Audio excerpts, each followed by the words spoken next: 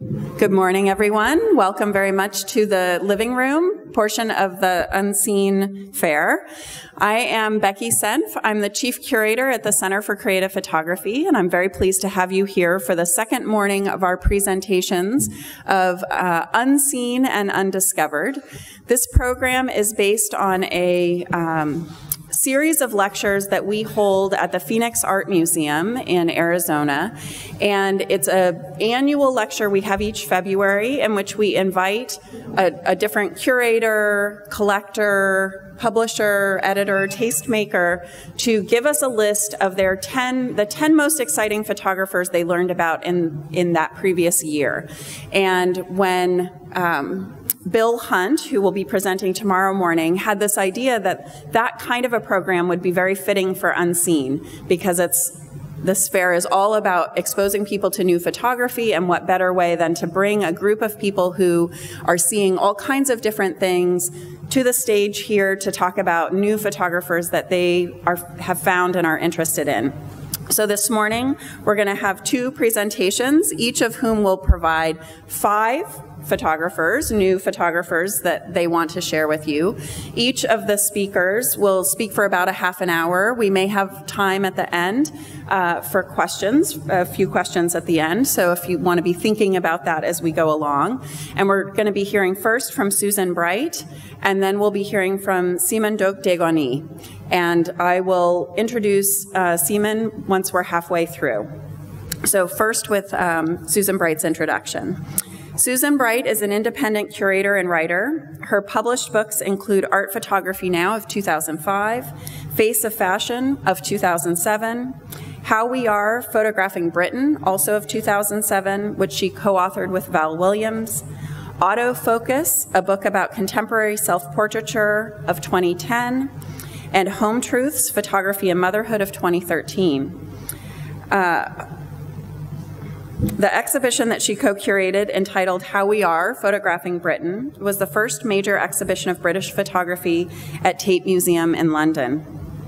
The exhibition Home Truths, shown at the Photographers Gallery, the Foundling Museum, the Museum of Contemporary Photography in Chicago, and Belfast Exposed Gallery, was named one of the top exhibitions of 2013-2014 by The Guardian and the Chicago Tribune. Bright was visiting scholar at the Art Institute Boston in 2014. She currently lives in Paris, and this spring completed her PhD in curatorial studies at Goldsmiths College, University of London. Her newest book, Feast for the Eyes, from Aperture, was published earlier this year and is available over in the Unseen Fair. So please join me in welcoming Susan Bright.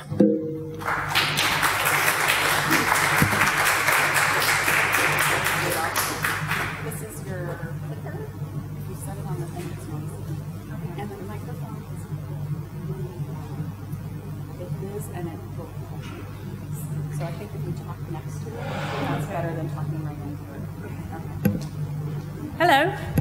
I've had lots of instructions there about microphones, so I hope everyone can hear me, and thank you, Becky, for such a lovely introduction. I'm going to present today 5 artists who are all incredibly different and really, I think, test or question what photography is or how that manifests. So the first is a student. When I was a visiting scholar at Boston, I went in there thinking, oh, I know what MFA students do. I've been teaching in New York. And I walked in, and there was a moss monster sitting in the corner. And I was like, wait, what's this? This is fantastic. It was a beautiful monster made of moss. And the artist took photographs of her monster. This is the tintype. And created worlds for the monster, and I was so taken with this. It could have been completely whimsical, it could have been nonsense and silly, but it was actually extraordinarily moving. And she also writes fairy stories, and I am a huge believer in the power of fairy stories to teach and be subversive and to introduce badness and to guide children and adults alike. And her monsters had that kind of shamanistic feeling of of learning about the environment and about ourselves and about magic. And these things are not things that you come across in contemporary photography very often, especially not when they're made into gorgeous platinum prints. And I just found that really thrilling. I found it very different. I'm not sure where her place is within contemporary photography.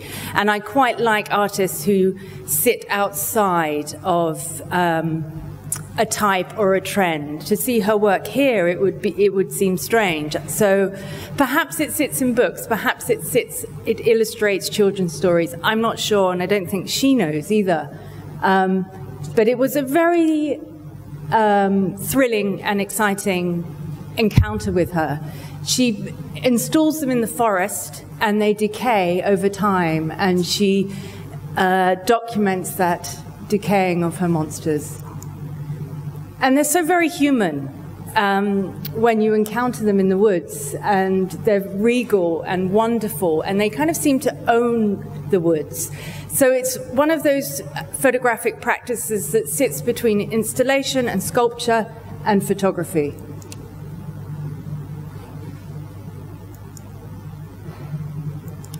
And this is Anne with her monster. So the second artist I'm going to present, I met last year when I was invited to New Zealand to give a lecture. And I could, hand on my heart, say that I did not know what was going on in New Zealand in the contemporary photography scene. Little idea of what was going on in Australia, but New Zealand is really kind of out of the way. And so I really worked it when I was there, going on studio visits, going to universities, talking to the lecturers and the students. And what I found in New Zealand generally was still a respect and an ability to do domestic crafts. Skills like crochet, knitting, embroidery, skills that my generation, my mother can do all that stuff, I can't. It's getting lost. But for some reason in New Zealand, it tends to carry on. And a lot of artists tend to embrace those skills and use them subversively in their art practice. And that got me kind of ticking over about a lot of contemporary photography that uses thread, that pierces the image, that destroys the image. And this is a body of work which it's a massive, massive doily. Now, a doily is a ridiculous thing of paper that you put cake on. And Caroline has crocheted this enormous sculptural doily, but the patterns that are within the doily are from her family album. So you've got the very cliched, predictable images that you see in all our family albums. You've got the first day at school, you've got the mother and baby, you've got the child in the playground. And it's depending on your kind of view of family, it's either an entrapment of all those things or a beautiful kind of gathering together. And there you can see it, the size of it, and the fact that you have to kind of maneuver around. So is it photography? Not really. Is it photographic? Yes. And that's how my understanding of photography really manifests itself. I like to understand it as something that goes into the world in all sorts of different shapes and sizes and mediums. Here you can see the mother and baby on the first day at school. And it's just so well done. And I know this is a kind of naive thing to say. When I see painting now, because I'm so used to looking at photography, when I see a painting, I'm so taken by its skill and its craft. And this is how I really felt about this work. It's so well done. It's so time-consuming to do crochet. Just very quickly show you other bodies of work by her where you can see this interest in binding together the family and in drawing them together through the thread. This is her and her sister in a series called Swerve. And also embroidery, where she's made cyanotypes and put them onto domestic napkins And these are of her and her partner, very intimate photos. It's kind of anti-Instagram. It's the kind of pictures you might find on Instagram, but she's using 19th century techniques and embroidering and working and making one-off objects.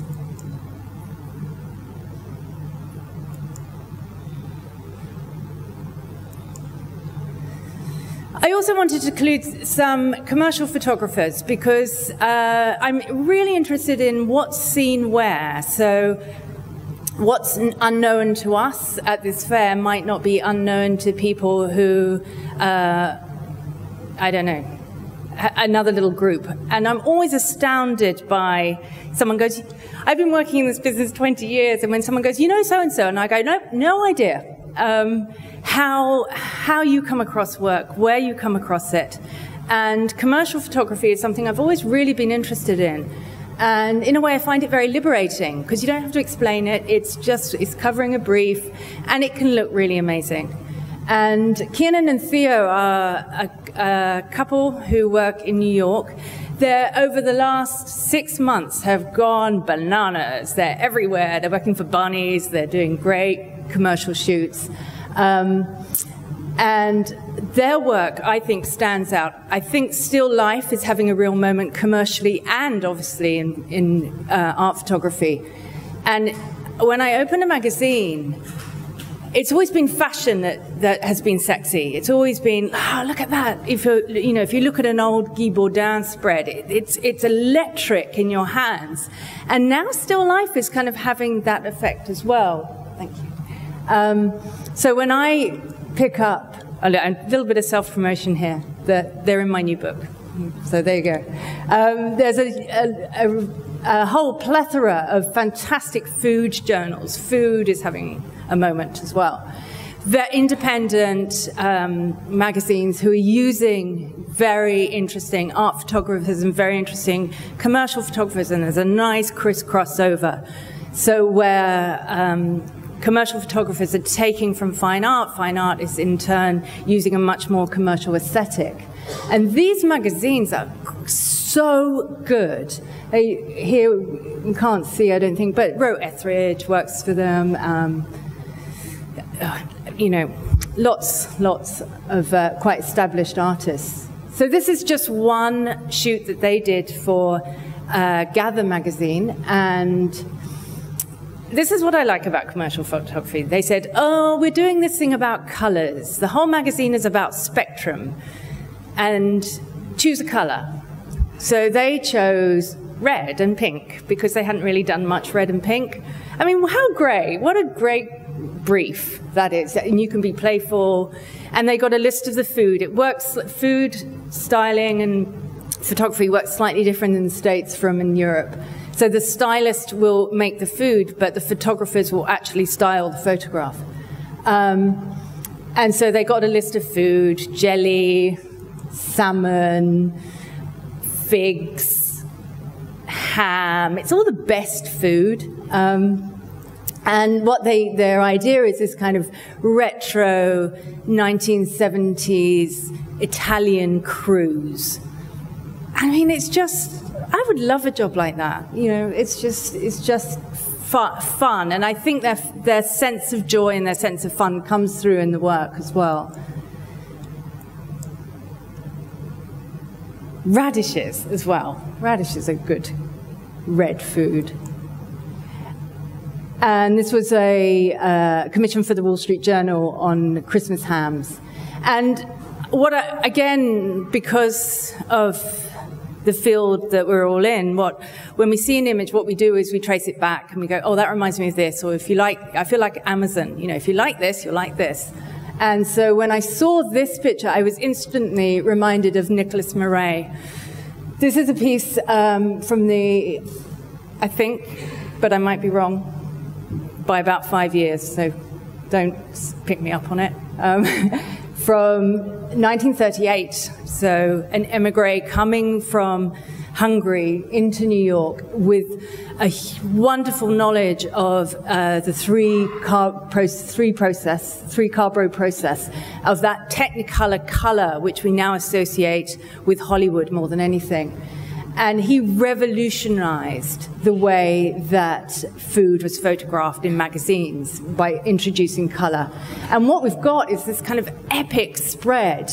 And people like Theo and Kernan are influenced by, not art photography, but by this kind of commercial photography, which is just the best. This is not food you want to eat. This is food to look at. This is food to admire and aspire to, and to dream about.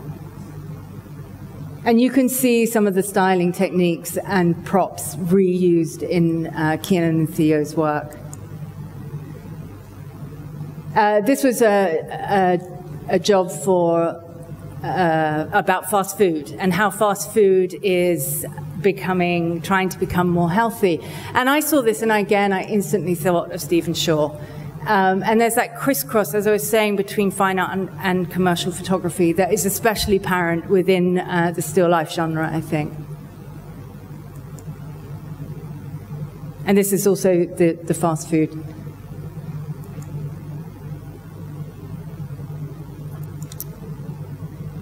My next artist is Jessie Chung, who I've stopped teaching now, but I've taught a lot kind of around mainly London, New York, and Paris. And Jessie was an MFA student at SVA who, again, you know, when you teach in New York, everyone is from everywhere. And I would say to Jessie, so where are you from? And that question often can lead to a kind of heart-sinking moment. And she said, well, I'm kind of from Korea and Canada and Hong Kong and New York.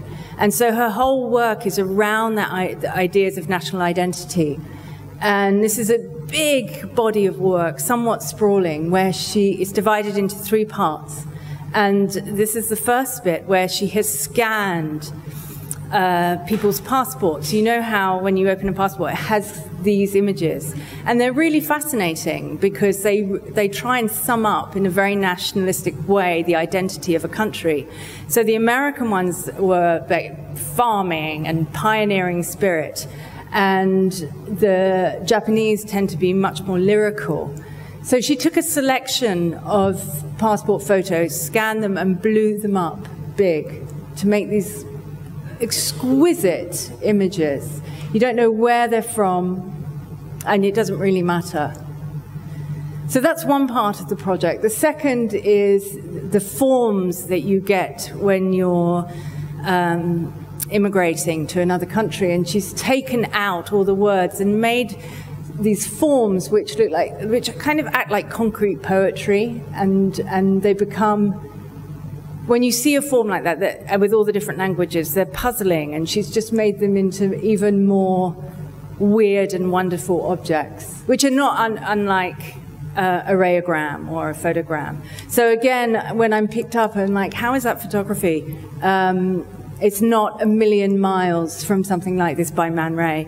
So it's just taking a technique and pushing it and pushing it and pushing it until it's kind of barest minimum. And this is the work installed. And so her interest is in also in the domestic. And she was interested, as many photographers are now, I think, in the physical object and materiality. And she was noticing that in the domestic realm, there is, instead of a photograph album, you get a book. You make a book now, like a wedding album. And she noticed how that you could get kind of sculptural photos of your children in blocks. I've not seen these, but apparently they're really common. And so what she did was scan swatches of paint, which had the most lyrical names like Baby's Breath. The pale blue is called Baby's Breath, or Granny's Cardigan. And she took the most domestic and she scanned those swatches and made photographic objects to go into the house. So it's a sculpture, a photographic sculpture, which can be moved around depending on how you feel that day.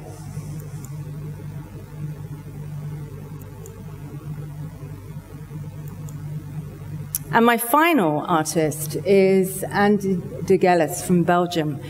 And this is a book which landed on my desk, and usually everyone stands up and they pick up a book and they flick backwards. And this is not a book that you can do that with. You have to sit down. It's very modest, and you have to sit down. And I started to look through it, and it made me cry. And photography doesn't make me cry. Movies make me cry. Actually, I cry a lot. I cry at adverts as well. But photography on the whole does not make me cry. It makes me laugh, or it makes me think. But that register is a rare one with photography.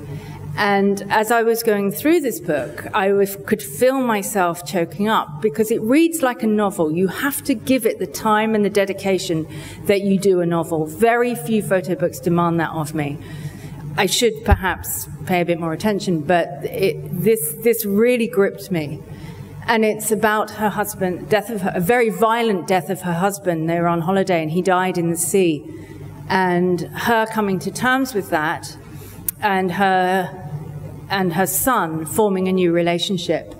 It's also very much part of the world that we live in, this very autobiographical world where we're Instagramming our lives, and now and Facebooks are like mini autobiographies. Everyone knows I'm here. Everyone probably on your Instagram feed knows that you're here as well.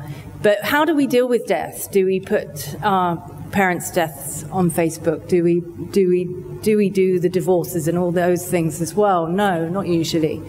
And so as a result of that, what you're seeing in literature is a huge amount of what is called the grief memoir. And this, I think, really taps into that autobiographical impulse that is very much of contemporary culture.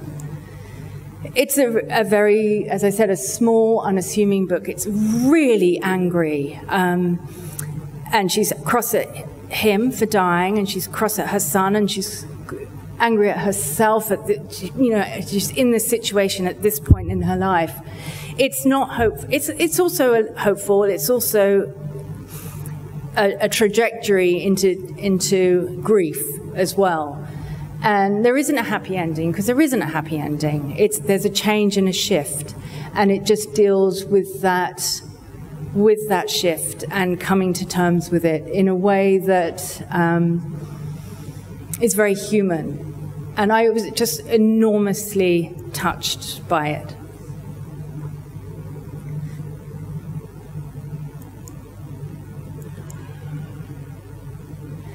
And that's my 5, and I'm exactly on time. So thanks very much.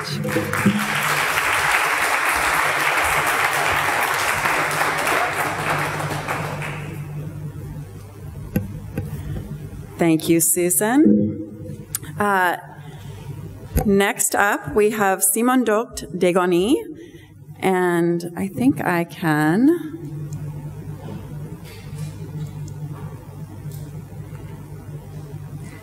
We're going to get the PowerPoint up. Just a moment. It's kind of this technical magic. So I can see on the screen what's happening while this all stays nice and even.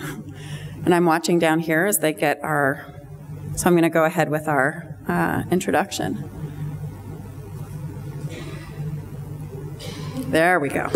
Okay. Seaman is owner and director of Ag Galerie, a Tehran-based gallery and an exhibitor here at Unseen. Ag Galerie is a privately owned space wholly devoted to exhibiting contemporary works of image-based media by established Iranian artists. Dehghani has been actively organizing and curating exhibitions since 2008. The decision to open a permanent space in January of 2015 was the result of a desire to further promote Iranian art through art fairs and publication. The gallery building is a restored 1960s villa in the northern part of Tehran.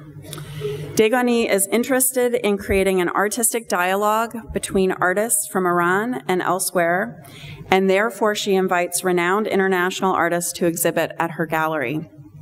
So please join me in welcoming Dehghani, and she's going to present her 5 artists. You're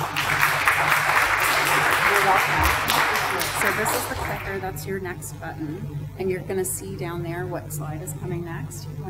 The microphone is very sensitive, and it'll get your P's, so you kind of need to talk next to it. Okay. Okay. Hi. My name is very long, but you can all call me Simin if you have questions, so no need to say the whole thing. Before I begin my talk, I'd like to make a quick introduction about how documentary photography came to Iran. It was actually through the revolution of 1979, the Islamic Revolution, and immediately following that, the 8-year war with Iraq.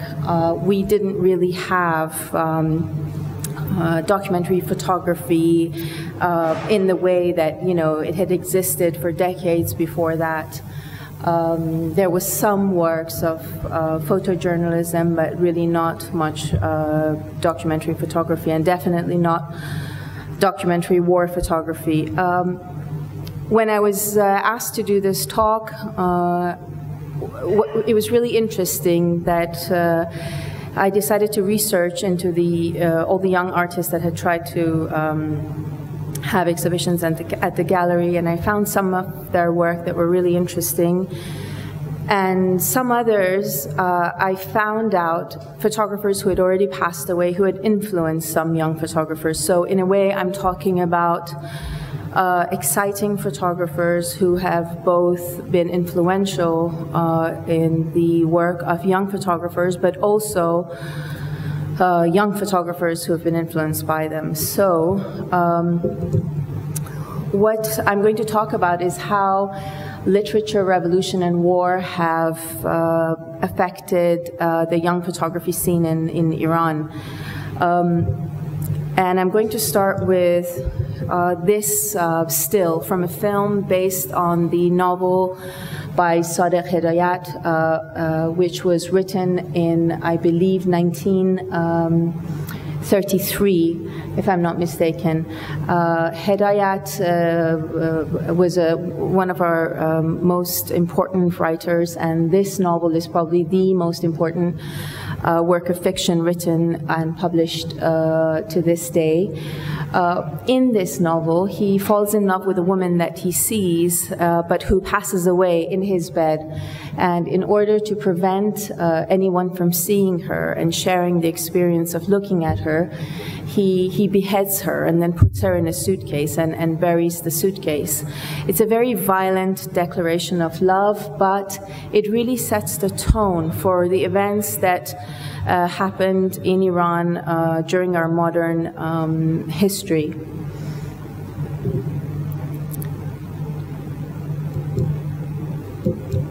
Sorry.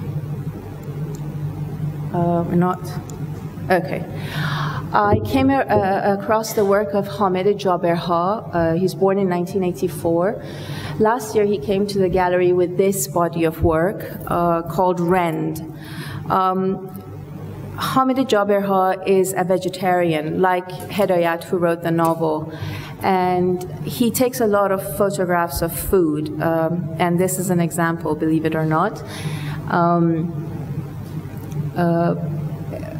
His concern is that the food we eat is extremely terrifying, and the harm we do to the animals and to our planets, he tries to capture in his work. In this case, I remember him exactly telling me that we kill animals and prepare it as food without realizing how similar they are to us, how afraid they are, and how their expressions after their heads have been severed from their bodies are very similar to the expressions of those who have been beheaded. And he's talking about, of course, all the beheadings by the terrorists that we see on the news these days. This is a photograph that was taken in the 19th century of a public hanging of the assassin of the then king of Iran, Nasruddin Shah. The photographer is Antoin Sevrugin. He was an Armenian Iranian, and he photographed this scene. It was a public hanging. Public hangings are still common in Iran. They are carried out in squares, and the public are free to come and be witness to the execution.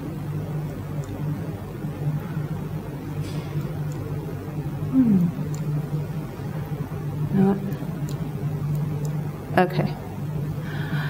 This photograph is by Ebrahim Nowrouzi, born in 1980. Ebrahim Nowrouzi is a documentary photographer, press photographer working for the Fars News Agency. He is a two-time World Press Photo winner, including this series. And this is an actual execution of a serial murderer. Almost looks staged.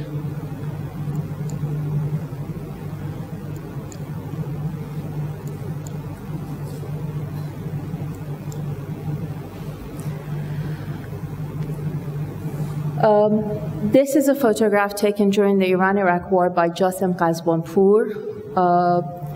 It is of the city of Khorramshahr, which was briefly taken by the Iraqis and then reclaimed. In Iran, we refer to palm trees as a person. So when we're talking about 5 palm trees, you say 5 persons of palm. During the war, Saddam destroyed the palm trees in the south because they're a main food source for Iran's very dry southern provinces. And that really disrupted life for the southern population, and it took a long time for them to be regrown.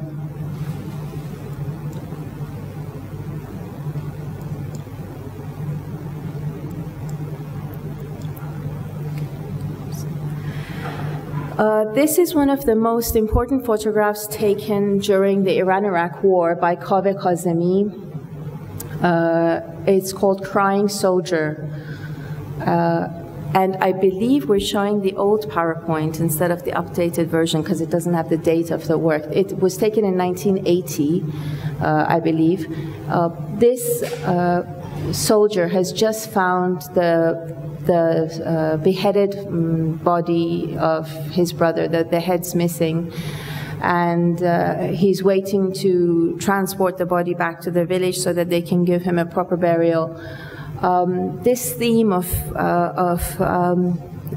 violent, headless bodies, headless trees, a severed head as food, these are all really repeating themes in the art and literature of Iran. And I know that these photographs are extremely violent, and the next one even more so, and I do apologize for that, but I feel that I need to show you this work so that you can understand where the young generation of photographers are getting their influence. This is a photograph taken by Bahman Jalali. The date is not clear. It was taken between 1980 and 1988.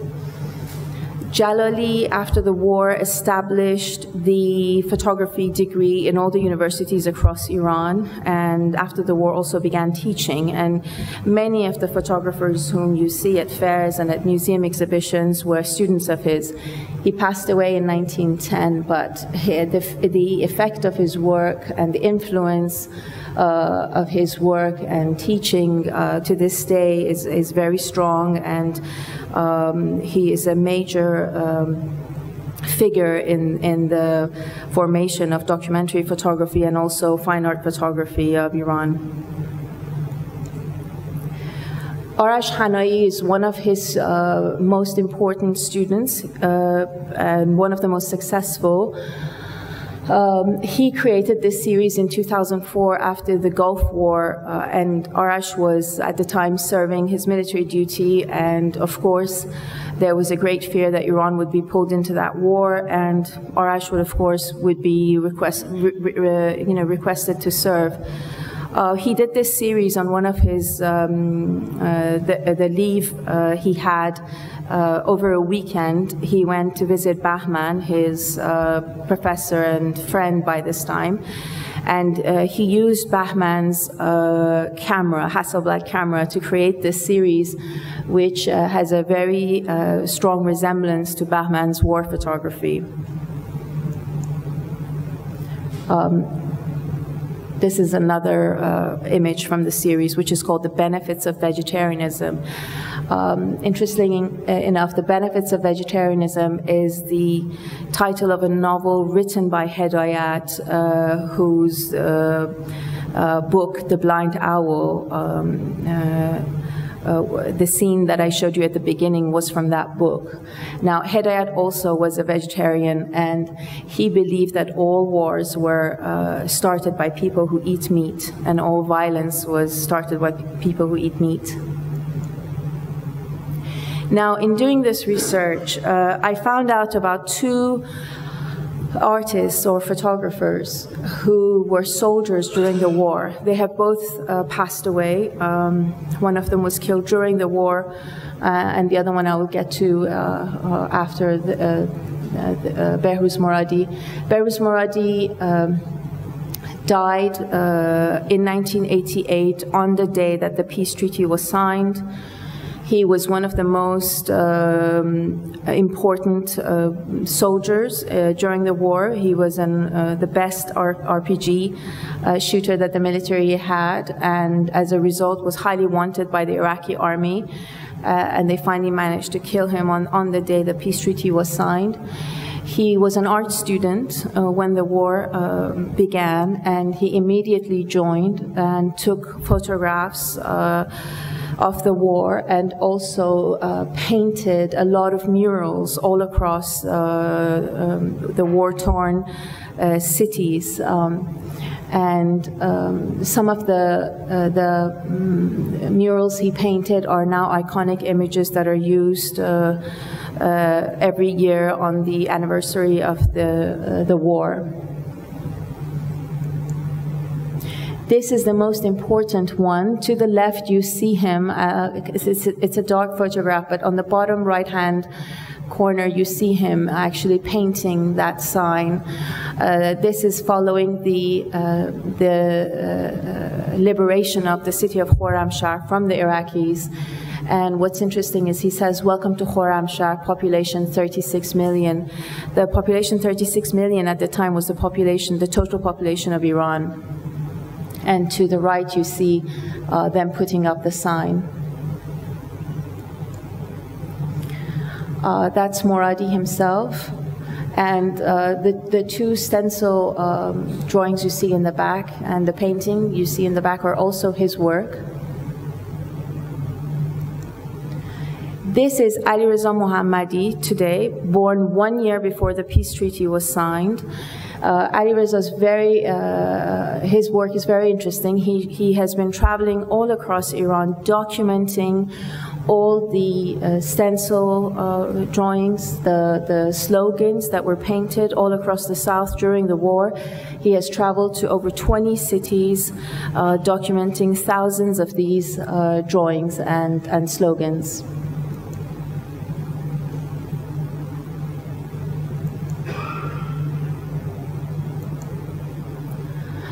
This is another wartime photographer that I found out about as a result of this research, Saeed Janbozorgi. He was actually a photography student at Tehran Art University and joined the army as a photographer. He documented the chemical attacks of the Halabja gas massacre, which took place in Kurdistan, Kurdish Iraq, and at a time when the Iranian forces were being ordered to pull back because of the attack of being poisoned by the gas attacks. He rushed into that territory because he believed that this massacre needed to be documented and that this was the only way the world would know about what had happened.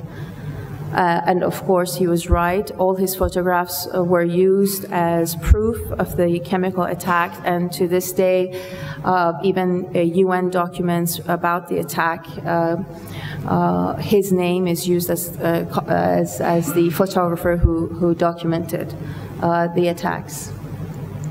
He eventually died in 2002, and after undergoing 4 operations because of the poisoning. But he remained there, and he kept going back after getting treatment to continue to document the crimes, the war crimes of Saddam.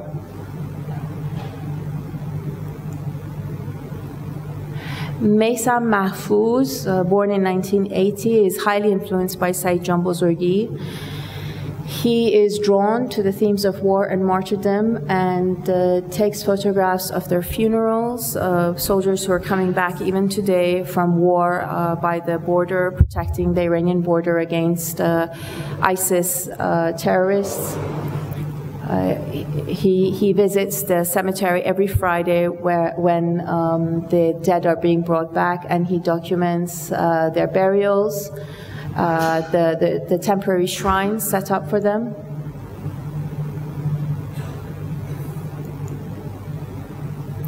Now, this idea of beheadings and missing upper bodies and torsos is really very interesting. Here you see a photograph by the Magnum photographer Abbas of a larger-than-life size boots of Reza Shah, the founder of the Pahlavi dynasty, in the palace.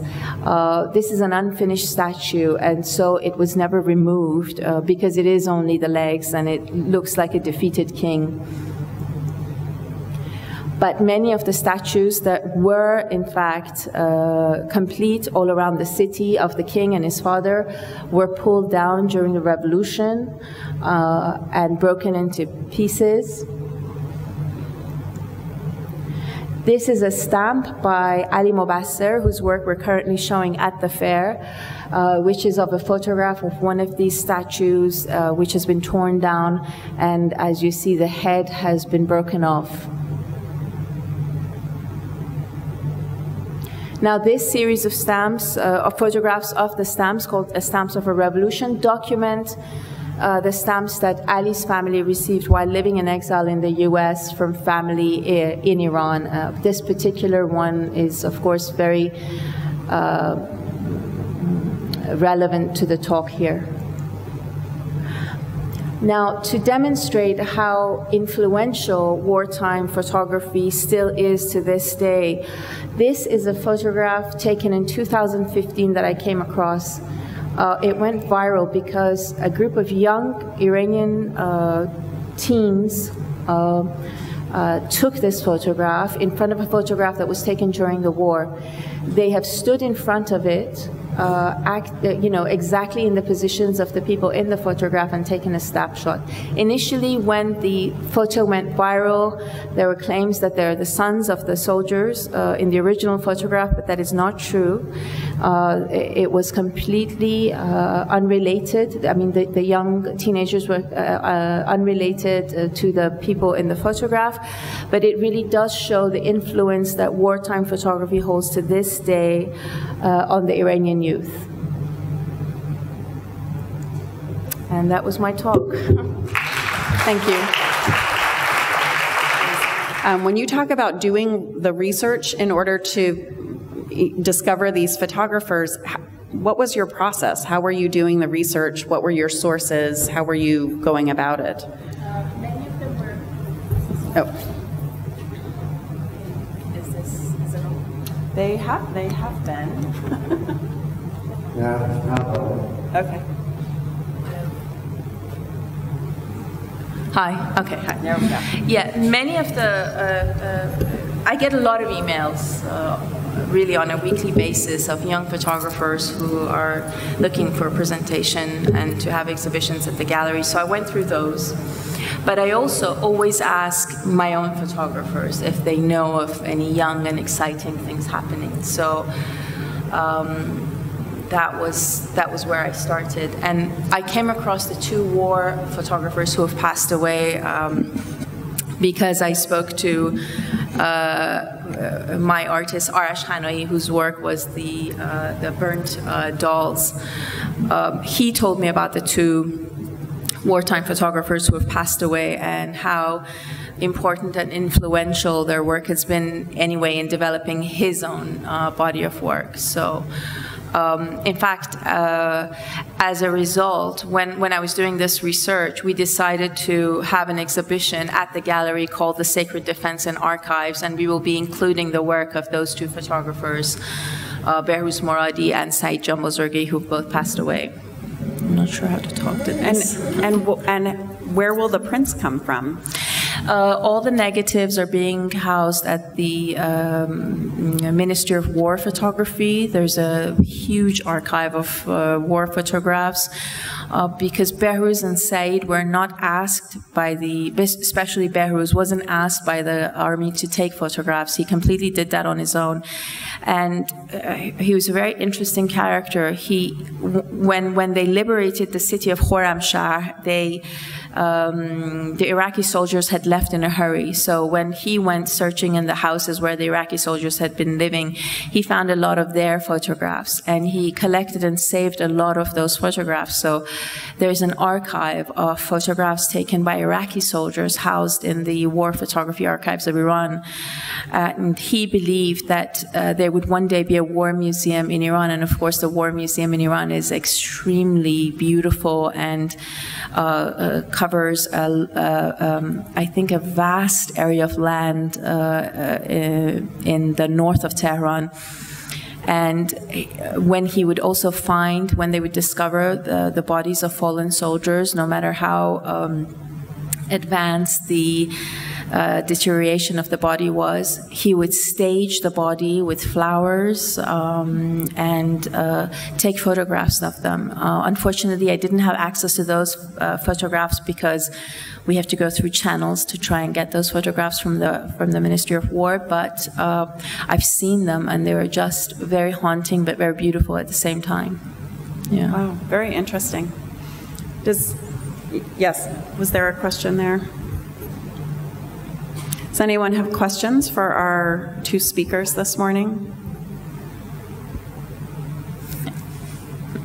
Okay. No questions. Ian, you have a question.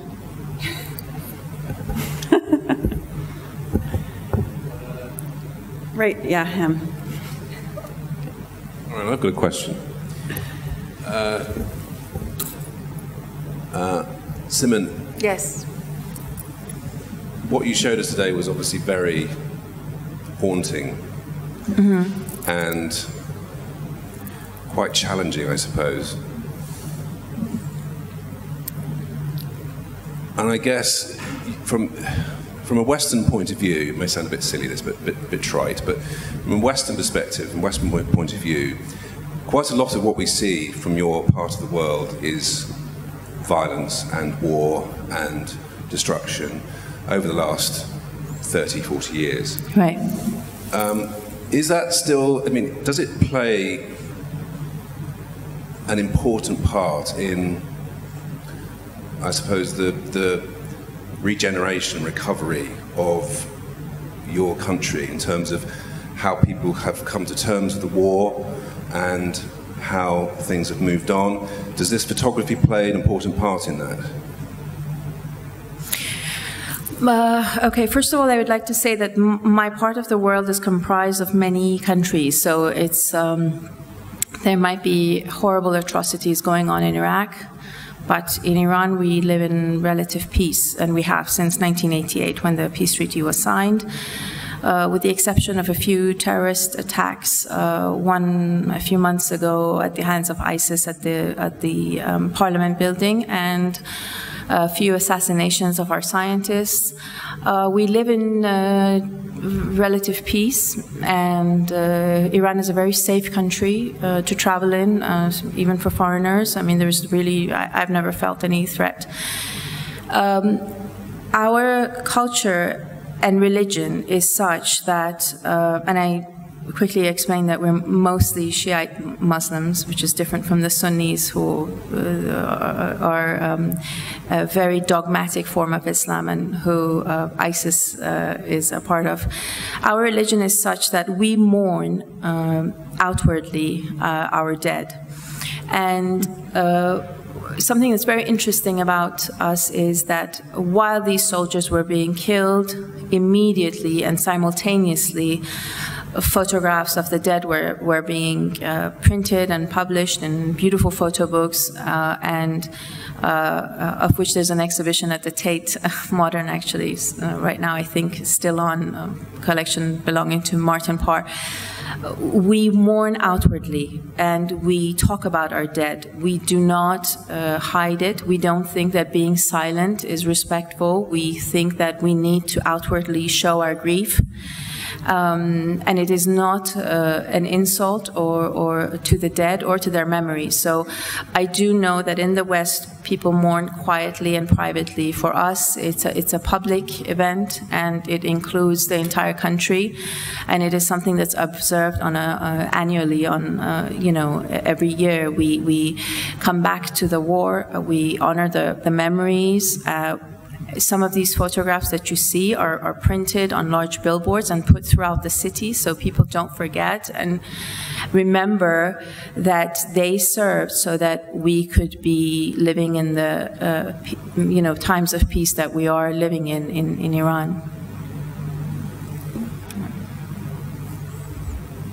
Yeah, Lisa. Yeah. Susan, actually, just I'm interested to know, I'm here with a lot of students from University of South Wales, and I'm interested in how your presentation, lots of the photographers were very different in how they used photography, and I was wondering what your motivation was as a curator. What are you actually looking for in work that comes to you on your doorstep, if you like? It's actually really simple. It's got to move me. It's got to intrigue me, and it can take any shape or any form.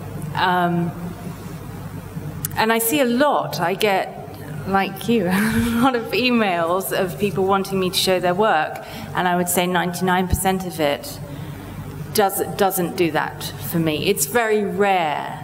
I don't know if it's the same way with you, that something gets me in the belly. It has to, and that doesn't mean it has to be bombastic and wonderful. It can be a slow burner, but it's something like literature, like a book. It has to draw me in. It's really quite simple when you boil it down. So I'm going to say something else. For you, that's something else that you're looking for, that spark. I mean, is it based on aesthetics? Is it based on ideas? Because most of the work that you showed was very aesthetic in some way. Some had more elements of, a traditional documentary idea and narrative, and others didn't. I mean, it's just interesting for students when they are thinking about approaching curators. Where do they start? How do they contact you? How do they, how does that process work a bit? Well, for me, my research is always very guided on what I'm working on. So the work that I showed today came from research for the food book, teaching, and an interest in the death memoir and the grief memoir. So that's what fed into today, because that's what's kind of occupying my brain space. But this is a really good question, and one that I addressed yesterday with young photographers who are like 3 or 4 years out of college when that support network actually drops away, which I think is a very frightening time for young photographers. And what I advised them was to, well, I gave an example of Hannah Putz, who was 23, and she sent me an email. I'd never heard of her, and I was doing research for Home Truths, and she just sent an email saying, I've updated my website. And I will look, I'm curious, I'll always look. I get maybe 20 emails a day from photographers saying, I've got new work. And I don't always feed back because I have a job to do. And if I spent my whole time feeding back to photographers who I've never met, I couldn't pay the rent. So, but I clicked on it and something intrigued me. She was her first birdie of work. And a year later, she was the cover of the book and had a huge poster in London, billboard posters in London. So my advice would be is to contact people for a reason if you've updated your website. I used to suggest newsletters, but I get so many now I don't look at them properly. I mean, I think Becky could probably... Well, and I was actually just going to ask Simon, you know, what would you say to young photographers who want to reach you? How, you know, how do you like to be contacted, or how do you like to see new work? Email, PDFs. So it's really difficult. A lot of times photographers come to the gallery with their prints, and you're right, there's just no way we can look at everything. There's just not enough time. So I always ask them to send emails, and it's very rare that I find work that moves me. It's and fits into what we're trying to exhibit at the gallery. But occasionally there is work that is very beautiful, and I have accepted, I think, one or two artists in that way, but most of the time it's not the case. Yeah.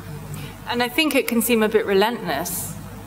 And I don't think it's just young photographers. I think it's all photographers, regardless of their age. Yeah. But it's still a process that I think you have to go through. Because if you put it under your bed, it's like doing your homework like this. You know, nobody's going to see it, so you have to try and get it out there. And there are many platforms, and often photographers say, well, I want my work in museums. Well, in comparison with the web, people won't see it. If you want people to see it, then get it on the web.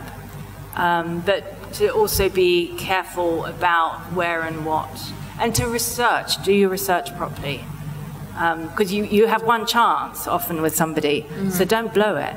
You know, make sure that you come prepared, you've had a bath and all that stuff, you know. And show your very best work. Don't do it too soon. I always equate it to writing. It's like if I was a publisher, you wouldn't send me something that was unfinished. You'd wait until you were really proud of it. So do the same with your photography. Do either of you find work on social media? Have you ever discovered a photographer on Instagram or on Twitter or from their Facebook posts? Or I did on Twitter when I did this talk with 10 artists in Phoenix. One of them I found on Twitter. That was the only one that... Yeah, I follow... I'm very interested in the documentary photography of the war and the revolution, so I follow many of the pages that are dedicated to those photographs. Most of the photographs are amateurs, by amateur photographers or by many of the soldiers who were serving. And I find those photographs extremely interesting. They just show the soldiers kind of behind the scenes, cooking, sleeping, writing letters, and in spaces that were often not photographed by the war photographers. Obviously, they wanted to get the newsworthy images, and these are just quiet times that they had and they shared between the battles, and yeah. And is that work that you would exhibit at your gallery, or I mean, it is definitely work I'm interested in, especially for books and looking at the photography of that time, both professional and amateur. I would be very interested to exhibit it, but I think the platform they have on the social media far exceeds what I could offer. So I really think that in the form that they're being presented, which is on social media sites, is most effective. And the curation of those sites, an Instagram account that you look through, is just another gallery, and I think it's just as interesting, if not more interesting, than a physical space. Yeah, excellent point. Do we have any other questions for our speakers? Excellent. Well, thank you all very much for coming. Thank you. Yeah, likewise.